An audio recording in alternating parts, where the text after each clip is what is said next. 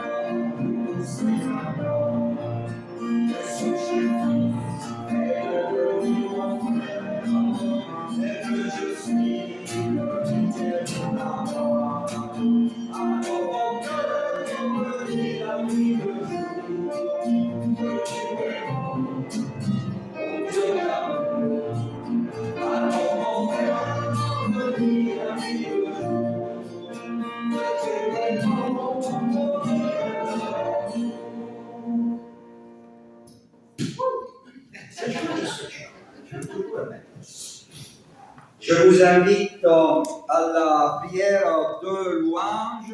Cette semaine, nous avons rencontré une parole très importante à l'occasion de notre partage biblique dans l'Épître aux Philippiens. Elle dit « Réjouissez-vous toujours dans le Seigneur. » Réjouissez-vous. Je vous invite à la prière. Seigneur notre Dieu, nous venons à toi pour nous reposer en toi, pour nous laisser détacher de ce qui nous accable et de remettre les soucis du lendemain. Nous voulons nous reposer en toi qui as vaincu la mort. Le tombeau est vide. Nous voulons nous réjouir en toi qui nous accueille pour nous remplir d'espérance et de vraie liberté. Tu nous invites à nous réjouir, à vivre chaque jour la joie de la vie éternelle, ouverte à la nouveauté, à la providence et à ton esprit. Cet esprit capable de porter la lumière là où il y a l'obscurité. L'espérance là où il y a la résignation. La présence là où il y a la solitude. Seigneur, nous nous réjouissons de porter dans nos vies les signes de ton royaume. Nous nous réjouissons de ton œuvre silencieuse mais tenace. La lumière brille dans les ténèbres et nous voyons par les yeux de la foi ton salut pour nous et pour chaque être humain. Amen. Et alors là, nous chantons encore un chant. Je chanterai. Hein? Je chanterai.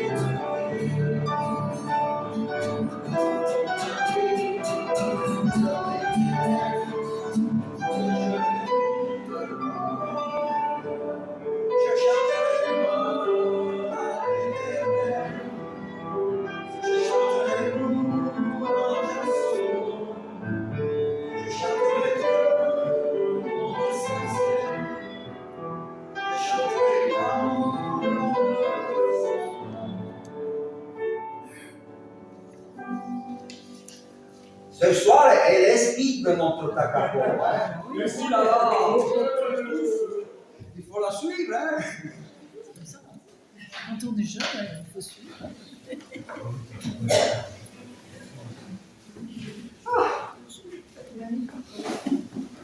Un jour, je pourrais dire, écoutez, j'ai joué la guitare avec Takako. Hein? Je pourrais le dire. Alors, nous rentrons dans ce temps de la confession de notre péché, un autre verset que j'ai bien aimé de cette lettre aux Philippiens, qui était un peu le texte du partage biblique de jeudi dernier. Et cette parole aussi, ce que je demande dans mes prières, dit l'apôtre Paul, c'est que votre amour augmente de plus en plus en connaissance et en pleine intelligence pour le discernement des choses les meilleures, afin que vous soyez purs et irréprochables pour le jour de Christ, remplis du fruit de justice qui est par Jésus-Christ, à la gloire et à la louange de Dieu.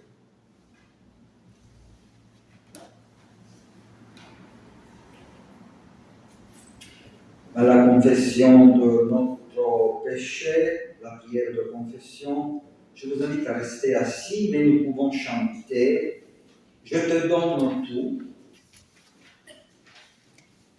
je te donne mon cœur ». Restez assis.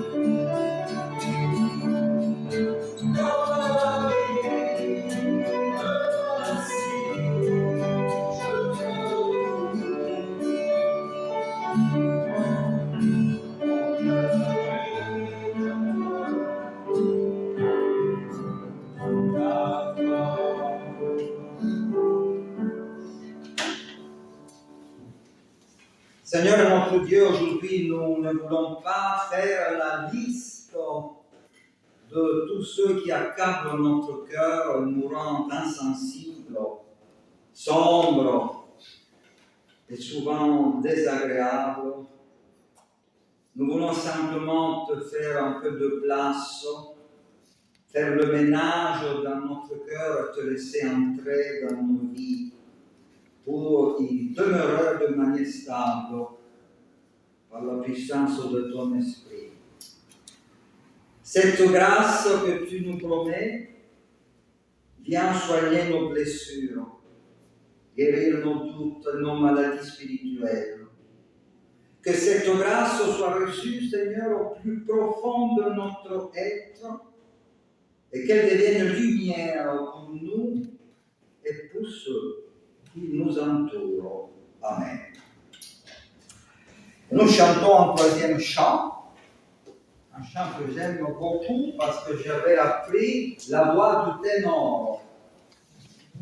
C'est « J'aimerai l'Éternel », vous le trouverez au 1201. Da capo un instant.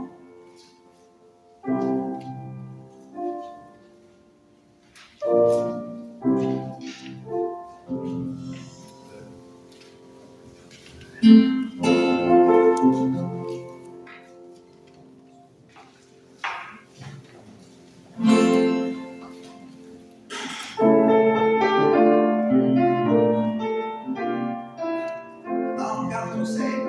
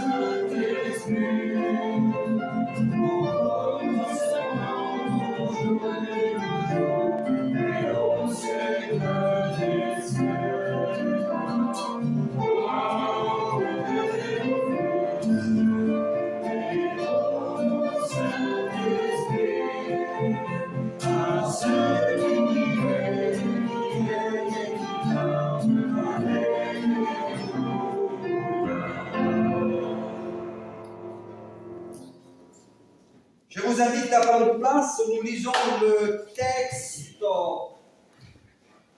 proposé pour aujourd'hui. Je vous rappelle que nous rentrons dans le temps du carême. Dimanche. Non, mercredi, nous sommes entrés dans le temps du carême. Donc, c'est les textes déjà du carême. Évangile de Luc, chapitre 4, versets 1 à 13. Jésus, rempli du Saint-Esprit, revint du Jourdain et il fut conduit par l'Esprit dans le désert, où il fut tenté par le diable pendant 40 jours. Il ne mangea rien durant ces 40 jours, et après qu'ils furent écoulés, il eut faim.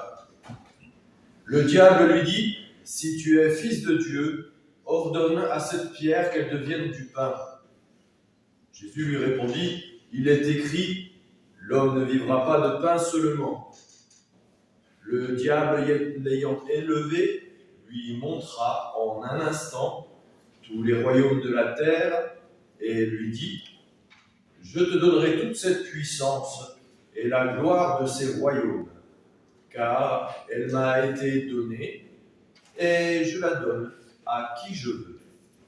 Si donc tu te prosternes devant moi, elle sera toute à toi. » Jésus lui répondit, « Il est écrit, tu adoreras le Seigneur ton Dieu et tu le serviras lui seul. » Le diable le conduisit encore à Jérusalem, le plaça sur le haut du temple et lui dit, « Si tu es le Fils de Dieu, jette-toi d'ici en bas. Car il est écrit, il donnera des ordres à ses anges à ton sujet, afin qu'ils te gardent. Et ils te porteront sur les mains, de peur que ton pied ne heurte contre une pierre. » Jésus lui répondit, « Il est dit, tu ne tenteras point le Seigneur ton Dieu. » Après l'avoir tenté de toutes ses manières, le diable s'éloigna de lui, jusqu'à un moment favorable.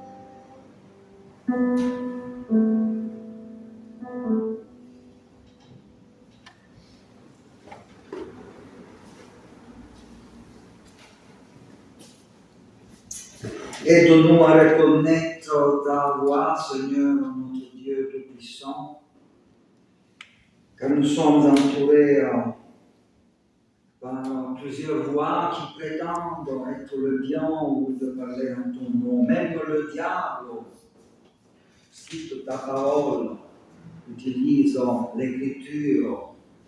Aide-nous à distinguer ta parole sainte parmi toutes les paroles dont nous sommes bombardés tous les jours. Le diable peut se masquer en visage d'ange. Aide-nous, Seigneur, notre Dieu, à reconnaître, à aimer, à laisser habiter dans notre cœur ta parole. Parole de vie, cette parole qui nous libère, qui nous aide à distinguer l'idole de Dieu, la vérité du mensonge, la justice de l'injustice, l'illusion de l'espérance vient par ta sainte parole. Dieu vient nous illuminer, vient nous aider à reconnaître ta parole, cette parole qui fait vivre, cette parole qui guérit. Amen. Chers frères et sœurs, donc, vous le voyez, nous sommes rentrés dans la période du carême et il y a les textes classiques proposés par l'éphéméride biblique pour ce week-end. Il est question de la tentation de Jésus.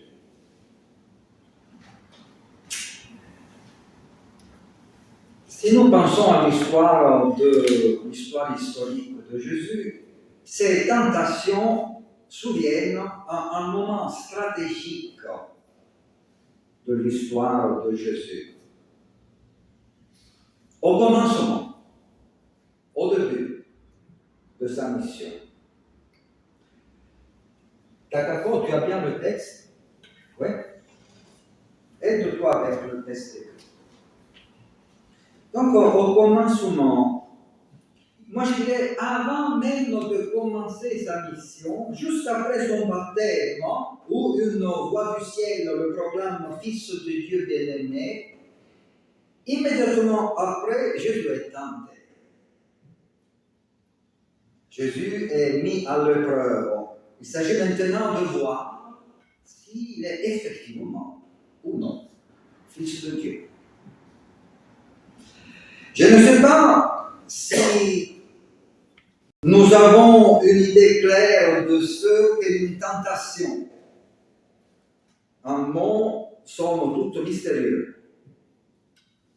Et quel est le premier mystère? C'est que la tentation peut venir du diable, comme dans notre épisode, mais dans la Bible, elle peut venir aussi de Dieu, comme dans notre Père, par exemple. Où nous demandions, vu que notre Père a été changé, exactement là où il était question de tentation, où nous demandions, ne nous induis pas en tentation. Vous savez qu'aujourd'hui la version a été changée, parce que quand même c'est une version qui est un peu dérangée.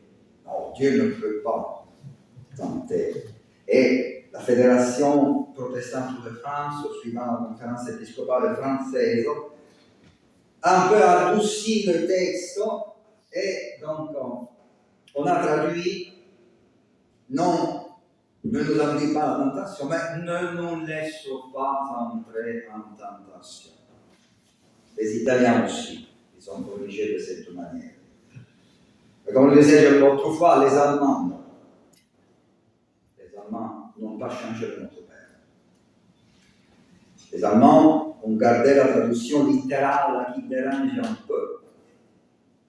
Et ils ont continué à confesser und führe uns nicht in Versuchung. Ne nous induis pas en tentation. Ils persistent, hein, les théologiens allemands. Cette idée que Dieu peut tenter, mettre à l'épreuve, comme dans le récit d'Abraham et son fils Isaac, est difficile à comprendre. Mais quelle est la différence entre une tentation qui vient du diable et une tentation qui vient de Dieu? Eh bien, c'est que le diable nous tente pour nous faire chuter et nous séparer de Dieu. Tandis que Dieu nous tente, si on peut utiliser cette parole, pour nous faire grandir. En nous mettant à l'épreuve, la tentation du diable nous éloigne de Dieu, la tentation de Dieu nous rapproche de lui. Maintenant, je ne sais pas si vous sauriez distinguer une tentation qui vient du diable d'une qui vient de Dieu. Tout comme je ne sais pas si quelqu'un parmi vous, en ce moment même de sa vie ou en ce moment de sa vie, est tenté de quelque manière que ce soit. Peut-être que quelqu'un en ce moment est tenté par quelque chose. Cela arrive à tout le monde. Tôt ou tard, cela arrive à tout le monde d'être tenté. C'est arrivé même à Jésus. Comme vous l'avez entendu dans l'Évangile. Les tentations sont nombreuses, tout peut devenir une tentation, même les choses les plus belles, les plus innocentes, les plus saintes. Prenons un exemple. À un certain âge, disons, à un certain stade de notre vie, les tentations du cœur sont très fréquentes. Soudainement, vous tombez amoureux d'une femme qui n'est pas votre épouse, ou d'un homme qui n'est pas votre mari. Douce tentation. Dans notre société où l'adultère, pour de bonnes raisons juridiques, n'est plus un crime, même s'il reste un péché selon l'Écriture sainte, la tentation du cœur, pour beaucoup, n'est plus considérée comme une tentation, mais comme une occasion. Une opportunité. Même les tentations de Jésus, comme nous le verrons, auraient pu être considérées non pas comme des tentations, mais comme des occasions, comme des opportunités. Et celles du cœur ne sont qu'un type de tentation. Comme nous le savons tous, il y en a beaucoup d'autres. Maintenant, si l'un d'entre vous, en ce moment de sa vie, est tenté, je veux lui dire que Jésus est aussi tenté avec lui ou avec elle. Lui qui a vaincu les tentations. Je veux dire à tous que Jésus n'est jamais aussi proche de nous que lorsqu'on est tenté. Parce que comme le dit la lettre aux Hébreux, Jésus a été tenté comme nous, en tout point, sans commettre de péché. En tout point, cela signifie que Jésus a éprouvé toutes les tentations, pas seulement les lois qui nous sont rapportées ici. Donc Jésus peut sympathiser avec nous. c'est-à-dire être proche de nous, combattre et vaincre avec nous. Si l'un d'entre vous est tenté, il écoute ce que l'Esprit veut lui dire aujourd'hui à travers cette expérience dramatique de Jésus, car il l'a vécu pour nous. Comme Jésus est venu sur terre pour nous, il a aussi été tenté pour nous afin de pouvoir sympathiser avec nous, être dans une communion avec nous au moment où nous sommes tentés, quand nous sommes tentés. C'est déjà un aspect. Je suis tenté! Tu es tenté. Jésus est en communion avec toi. Reste là. Vive cette communion.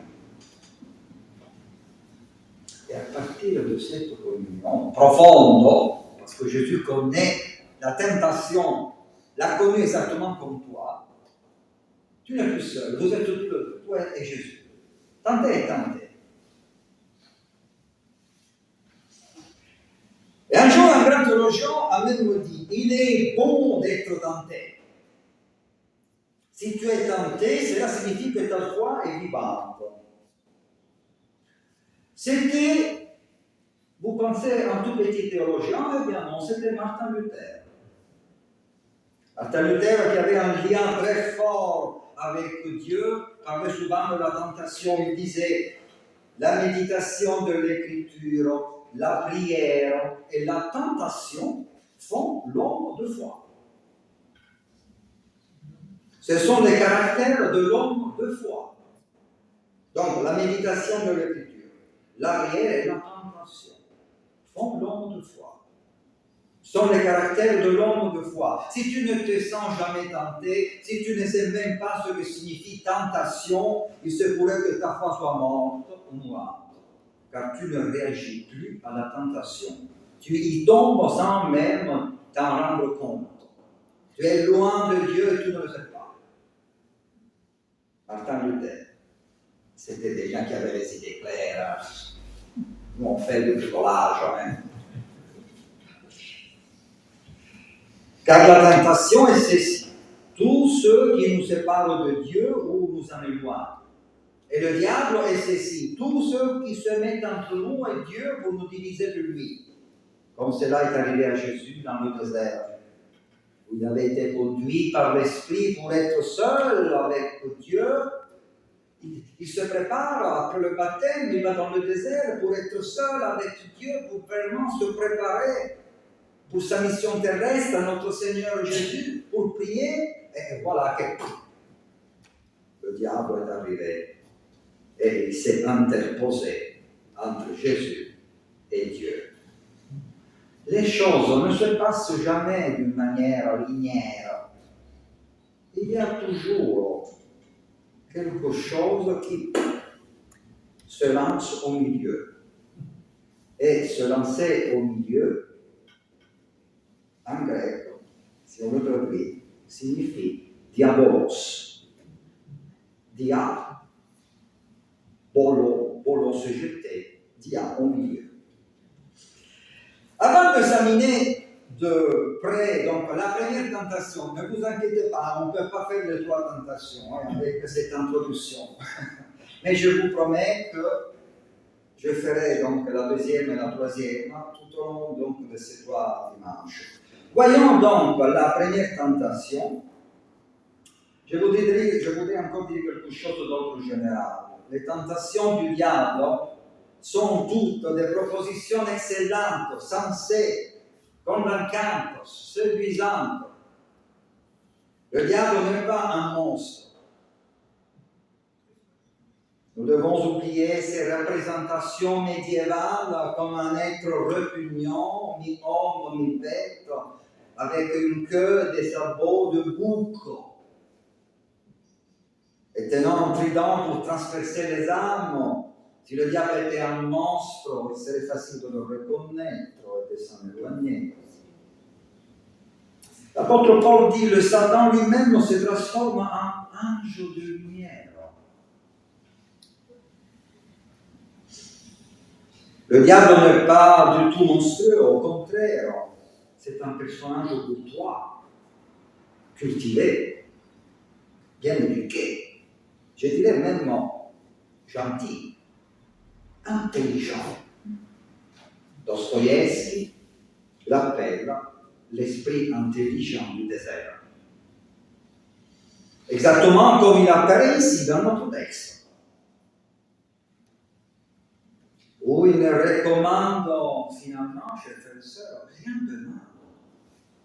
Au contraire, on pourrait presque dire qu'il parle comme un pasteur ou un prêtre. Je parie que même vous, si vous êtes de bonnes personnes, auriez donné des conseils comme ceux-ci. En fait, qu'y a-t-il de mal à transformer une pierre en pain pour nourrir un affamé? Il est où le mal? Allez le dire aux affamés de la terre, qui sont des millions, et vous verrez ceux qui vont vous répondre, ceux qui vous répondent. Jésus ne pourrait rien faire de mieux que de transformer les pierres en pain. Est-ce que pour donner du pain à un affamé, Jésus doit le prendre à quelqu'un d'autre? Non. Il n'a pris de personne. Mais alors, qu'y a-t-il de plus chrétien que cela? C'est magnifique ce conseil. Le conseil du diable n'est-il pas très chrétien? Pour l'interrogation. Et que mal y a-t-il à se jeter du haut du temple et à ne pas se faire un mal, pas même une égratignure? Autrement dit, chers frères et sœurs, quel mal y a-t-il à faire un miracle?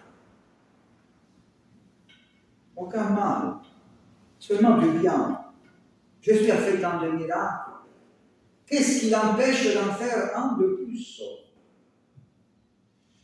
Et quel mal y a-t-il à prendre entre ses mains le pouvoir et gouverner le monde? Si ses mains sont celles de Jésus, mais ça, c'est une caution extraordinaire.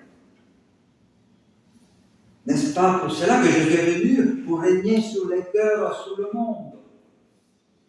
Ne serait pas la plus belle chose que l'on puisse imaginer?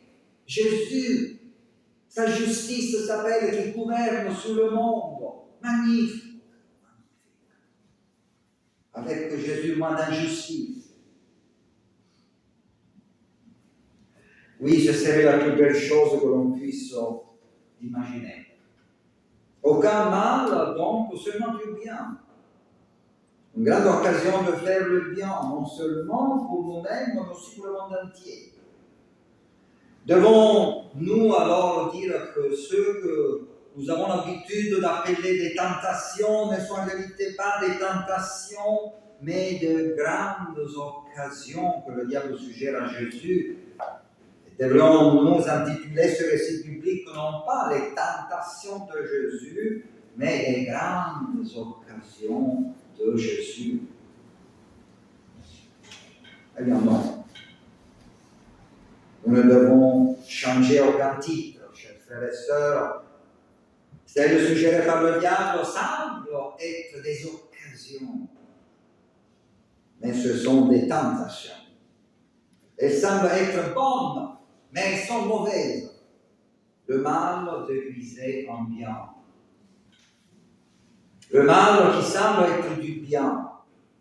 C'est ainsi que sont en réalité toutes ces tentations. Elles sont fascinantes, elles promettent le paradis, elles sont appuyées par des citations bibliques, pain pour tout le monde, justice pour tous les pays. Elles semblent être bonnes, c'est pourquoi on tombe. Mais en réalité, elles sont le mal déguisé en bien. Et donc, voyons enfin la première tentation que nous pouvons appeler la tentation du pain. La première, la tentation du pain, le pain comme tentation. Après 40 jours dans le désert, Jésus eut faim. Nous savons que c'est la faim.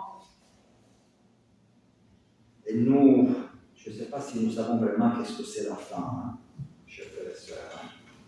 Je ne suis pas sûr. Peut-être nos ancêtres durant la guerre, mais nous, je ne sais pas si nous savons qu'est-ce que c'est la faim. Nous avons appétit, parfois beaucoup d'appétit. Mais la faim, merci, que nous ne connaissons pas la faim. De toute façon, aujourd'hui, en Europe occidentale au moins, c'est impossible, parce que si tu as besoin même d'une soupe, un peu de pain, tu le trouves partout. On achète. Une soupe, tu la trouves. Bon, mais c'est pas ça, bon, pour le sujet principal. Nous, dans nos sociétés françaises et italiennes, comme je le disais, il y a tant de situations de misère réelle, mais personne ne meurt de faim. On peut mourir de froid, oui, cela arrive chaque année. En hiver, même dans une ville comme Rome, ça arrive, à Paris aussi, mais pas de faim. On peut toujours manger une soupe à la Caritas. Alors, l'homme ne vivra pas de pain seulement. Le pain est un besoin fondamental, un besoin primaire. Vous pouvez vous passer de tout, même de la liberté, même de l'amour, mais vous ne pouvez pas vous passer de pain. Alors, lorsque le diable tente Jésus en misant sur la faim, il sait ce qu'il fait. Par la faim, on est prêt à tout. Et ce que le diable suggère à Jésus n'est rien d'illicite, au contraire, comme nous l'avons déjà dit, c'est une opération légitime. Quoi de plus légitime que de se procurer du pain quand on a faim? Est-ce que tu es étant le Fils de Dieu? Cette proposition qui semble chrétienne est en réalité diabolique. Pourquoi? En quoi consiste la tentation? Eh bien, la tentation est celle-ci. Le diable suggère à Jésus de se procurer lui-même le pain nécessaire pour se sustenter. Comme s'il disait, ne demande pas à Dieu ton pain. Dieu a d'autres préoccupations. Procure-le toi-même, puisque tu le peux. Prends dans ta vie. Demande-toi le pain. Demande-toi à toi-même le pain quotidien, pas à Dieu. Voilà la première tentation. Douter que Dieu se soucie de notre pain, de notre bien, de notre vie. Se considérer comme autosuffisant. Là, je m'arrête. Je pourrais continuer sur cette tentation du pain, mais il est là. Non, je m'arrête. À chaque fois, Charlotte, après, elle me prend dans la sacristie, elle me dit pourquoi tu t'arrêtes chaque fois? Il ne faut pas dire qu'il n'y a pas de temps. Non, ce n'est pas question de temps. Mais il faut résumer ce prêche. Donc, il y a cette tentation-là de mettre de côté Dieu, qui est celui qui donne en abondance le temps. Et il y a aussi une autre chose, que l'homme ne vit pas de temps seulement.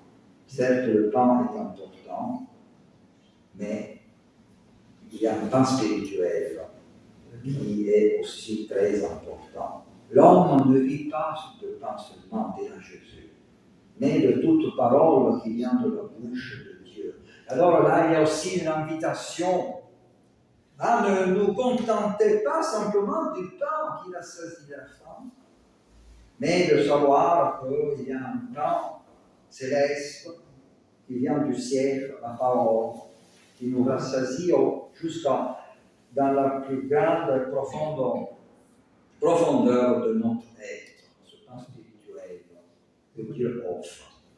Donc, j'y vois ces deux petites choses. La prochaine fois, on verra la tentation politique et la tentation du miracle. Je m'arrête là. Amen.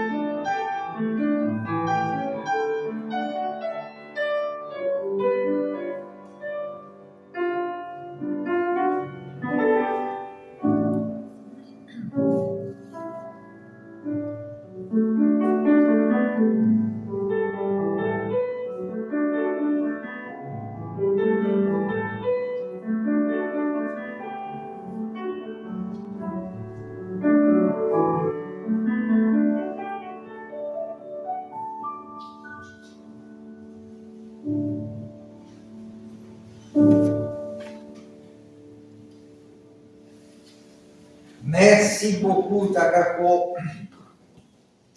Et nous voulons faire suivre donc à ce magnifique interlude de Takako le chant numéro 31-32. 31-32.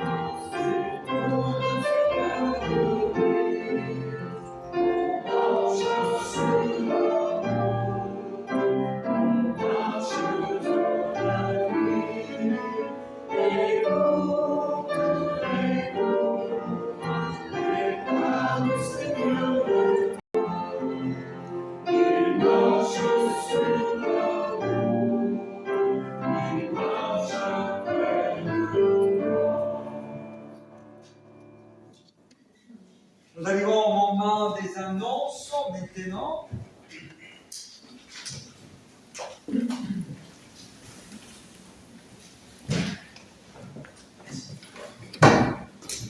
Voilà, au nom du Conseil presbytéral, soyez tous les bienvenus dans la paix et la joie du Seigneur. J'espère que tout le monde ici reçoit le bulletin hebdomadaire, dit la newsletter par Internet. Non.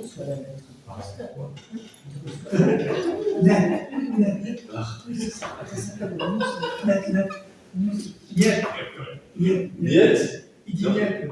Ah non, non, mais sérieusement, je pense que tout le monde ici la reçoit. Oui. Peut-être que tout le monde ne la lit pas. Alors je vais vous la lire. Je vais vous la lire. Parce qu'on ne sait pas lire. Non, mais on est tellement submergé par des mails, effectivement. Et puis on a nos rendez-vous quand même, heureusement, qui sont bien ancrés, j'imagine, dans vos habitudes.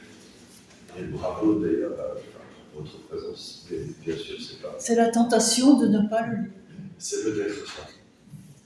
Donc demain, dimanche 22 février, à la chapelle, ici, il y aura le concert de Vocalissimo à 16h, c'est bien ça? C'est pas demain. Oui. C'est pas demain. C'est pas demain? le 22 février. Oui, c'est bien demain. Le 22 février, c'est demain. Oui, c'est bien ça. C'est bien ça? Oui. Oui. Ah, il faut programmer le chauffage alors. Tenez. Mais c'est bien à 16h. Hein. 16h. Voilà, tout à fait. Donc, Vocalissimo, avec des artistes lyriques. Oui, c'est ça, oui. C'est-à-dire des chanteuses, des chanteurs qui viennent s'additionner au. L'opéra, les chants d'opéra. D'accord, des chants d'opéra. C'est pas une chorale. C'est des airs d'opéra.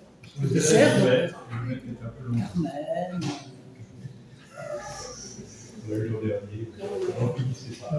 D'accord. Bah, bon, c'est à voir, enfin surtout à entendre. Hein. Donc demain à 16h ici, à la chapelle. Le culte alpha aura bien lieu samedi prochain, le 28. On avait parlé d'aujourd'hui, mais c'est bien donc samedi prochain, le 28 à 18h. Et il y aura également donc école biblique. N'hésitez pas à ramener vos enfants pour l'école biblique à 18h. L'école biblique a été annulée. Bon. D'accord. Le 8 mars, 2 événements. Le 8 mars. D'abord, les catéchumènes de consistoire se retrouvent à l'île Saint-Honorat pour passer une journée fantastique, sans doute, avec donc Stéphano, notre pasteur. Et dans le même temps, ici, donc à Cannes, à Grasse, il y aura à 10h, le 8 mars, donc un culte un peu spécifique avec la journée mondiale pour la prière. Alors il y a tout un collectif qui se crée notamment autour d'Estelle pour mettre en place, et de Marie-Christine, pour mettre en place donc ce culte un peu exceptionnel auquel nous vous encourageons vivement de venir assister pour une forme donc assez inhabituelle de culte et très dynamique. Et donc, n'hésitez pas, puisque parmi vous, peu ont l'âge d'aller sur l'île de l'Érasme, de venir le dimanche 8 mars. Donc ici. Pourquoi ça c'était à la nage? À 10h. Pas encore à la nage pour l'île de l'Érasme, ça. Et un troisième événement pour ce dimanche, toujours ici à la chapelle, à 17h. À 17h cette fois, hein. C'est pour ça que j'ai hésité sur le 16h de tout à l'heure. 17h, c'est toujours, les amis de la chapelle, c'est toujours à 17h. Vous êtes formidables. Ben oui, comme ça, on ne se trompe pas. Pardon? Ne sommes-nous pas? Voilà. Vous l'êtes. Là, ce sera un ensemble baroque, un ensemble de Monaco, Camerata Apollonia. Oui, Mathieu J'ai bien Perrin. dit. Mathieu Perrin. Mathieu Perrin. L'ensemble vocal avec Mathieu Perrin. D'accord. C'est une messe de carême. Il est recommandé de réserver apparemment. Oui, par internet. Voilà, réservation en ligne sur le site, donc à l'île de la Chapelle. Chapelvictoria.fr. Chapelvictoria.fr. Exactement. Merci beaucoup. C'est écrit sur le bulletin. Voilà, c'est écrit sur le bulletin et sur la newsletter. Et également sur la newsletter. Alors c'est un peu petit, hein, c'est pour ça que je mais il vaut mieux réserver par internet parce que ça coûte, le tarif est moins cher aussi. Ah, donc en passant par chapelvictoria.fr, donc vous avez une petite ristourne. Voilà. Bien, peut-être le thème, oui, non, on va s'arrêter peut-être là, sinon ça va être long. Et donc, merci beaucoup Takako pour ton jeu magnifique. Et merci beaucoup Stéphano pour l'animation de ce culte, c'est le moment de l'offrande. Merci.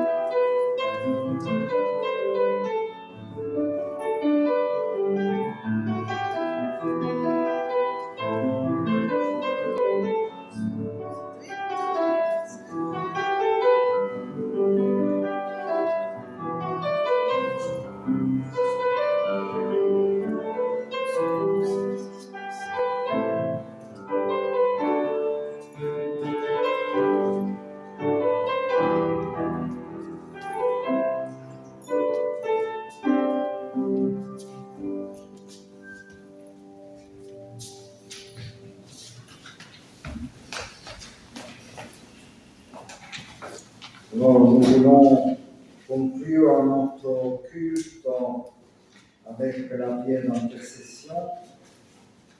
Il y a une très belle prière dans notre recueil de Wilhelm Löhe. Reste avec nous, Seigneur, car le soir approche. Et le jour est à son déclin. Reste avec nous et avec toute ton Église. Reste avec nous au soir du jour, au soir de la vie, au soir du monde. Reste avec nous par ta grâce et ta bonté, par ta parole et ton sacrement, par ton secours et ta bénédiction. Reste avec nous quand sur nous vient la nuit de l'affliction et de l'angoisse, la nuit du doute et de la tentation, la nuit amère de la mort. Reste avec nous et avec tous tes fidèles pour le temps et pour l'éternité. Amen. Et nous voulons poursuivre un peu ce temps de la prière, de l'intercession. Je vous propose de voir ensemble cette chanson. Vous qui croyez sous le fardeau. Vous qui croyez sous le fardeau.